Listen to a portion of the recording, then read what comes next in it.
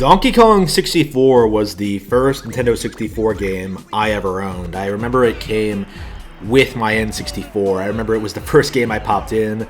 I remember it was my first experience with it. In a lot of ways, this specific game, is probably the reason I'm such a big Nintendo fan, such a big fan of classic pre-Microsoft acquisition Rareware. Such a big fan of Donkey Kong.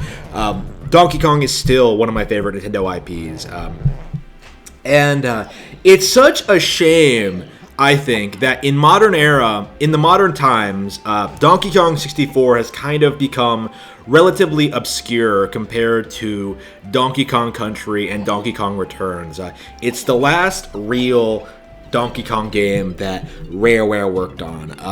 A couple of years after that, they were acquired by Microsoft and went to complete shit and never produced anything good ever again.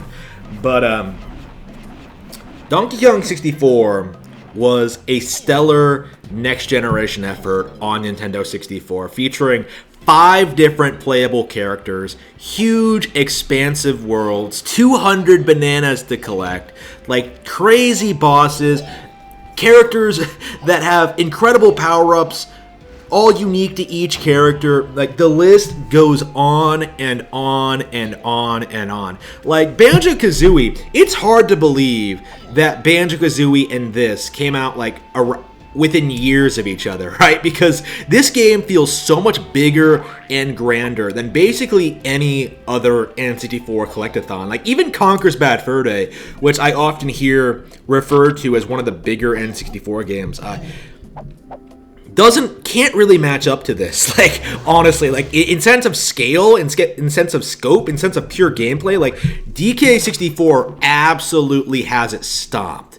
You know what I mean? Like, I much prefer DK64 over Conker and Jet Force Gemini, and I believe Banjo-Tooie. I'm gonna have to play some more Banjo-Tooie to verify that. But DK64 has so much going for it. You know what I mean? Like, this is a game where each character can whip out their own gun with their own unique ammo and fire it with their own unique sound effects. Like, each character has their own crazy animations, their own ridiculous behavior and mannerisms, their own jumps. Like everyone is gonna have their favorite character in this game, from like little Tiny Kong and her like little ponytail whirl to like standard DK to Diddy and his jetpack, like Lanky Kong and like running around on handstands, being able to go up massive slopes and race against the fastest people in the game. Like, there is so much about this game that I think needs to be talked about more. You know what I mean? Like, I just love everything about it. Like, the Animal Buddy transformations. Like, some of these bananas are hard to find.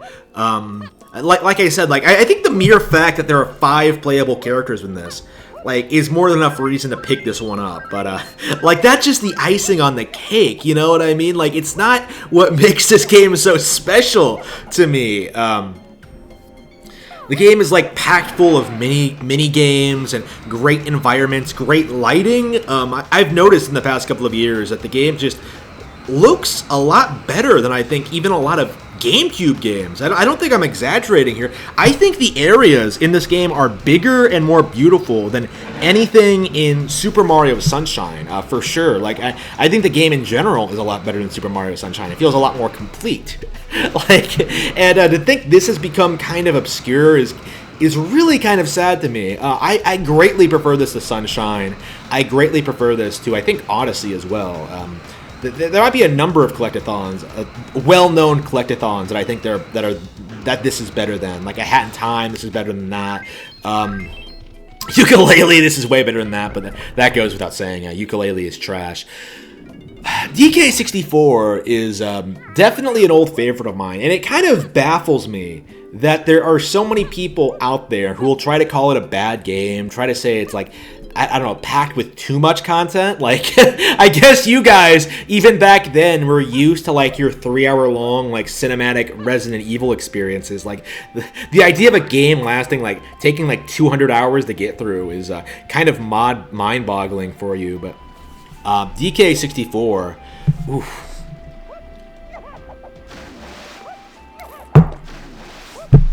DK64 is a true epic collectathon. Like, this game doesn't mess around. Like, you're gonna have to go around collecting all sorts of things in order to progress. Like, you'll need coins for power-ups, bananas to get to the bosses, you're gonna need the keys to get to, like, the next world, and then, like, the final boss. You're gonna need banana medals, you're gonna need, like, rareware and Nintendo coins to open the final door. Like, there's all sorts of things to collect in this game, and, like, some people would argue it's a little bit much, but I think, like, for people like me, like, people who, like, regularly collect every single star in Super Mario 64, like, this was a natural evolution of the formula, like, getting more things to collect, and for the most part, I think the game does it very, very well. Like, honestly, like, I would say Banjo-Kazooie is probably a better game. It probably has better pacing. It probably has, like, tighter level design. I think the worlds might be a little bit better. The worlds in DK64 almost, they're very impressive, but they almost feel kind of a little bit too big in a lot of ways. I noticed in, like, gameplay footage that, like, I spent a lot of time just walking around, just exploring, just looking at all the crazy stuff. Like, the bananas tend to be, like, segregated into their own unique little areas that are exclusive to each Kong. Kazooie, I think, did a better job at, like, keeping the pacing just lightning fast all throughout, and, like, it never really feels boring. And DK64 is so well made. It's such a technical achievement that, like, you honestly don't even mind it. But it is something to be there is something to be said about how Banjo-Kazooie was able to be a lot more fun in spite of DK64 being so much more beautiful, so much more expansive, so much bigger, having multiple playable characters. It's a really good example, I think, of how having more stuff in a game doesn't necessarily make it better. You know what I mean? Like, it's sort of like how Skyrim can technically have all these quests, technically have all this stuff to explore, and yet be lesser than The Legend of Zelda Skyward Sword. You know what I mean? It's sort of like that. You see this kind of thing a lot in Rareware games, where they did a lot of things that were technically impressive, but they kind of came short, like, of Nintendo in the gameplay department. I talked a little bit about how I think Diddy Kong Racing was way better looking than Mario Kart 64, but wasn't quite as good of a racing game. It's kind of the same thing here with this Banjo-Kazooie at Super Mario 64. DK64 isn't nearly as good as those games, but it is absolutely wonderful in its own right. Like, this is a game that I adore to bits, and I will always stand by it as an all-time Nintendo 64 classic.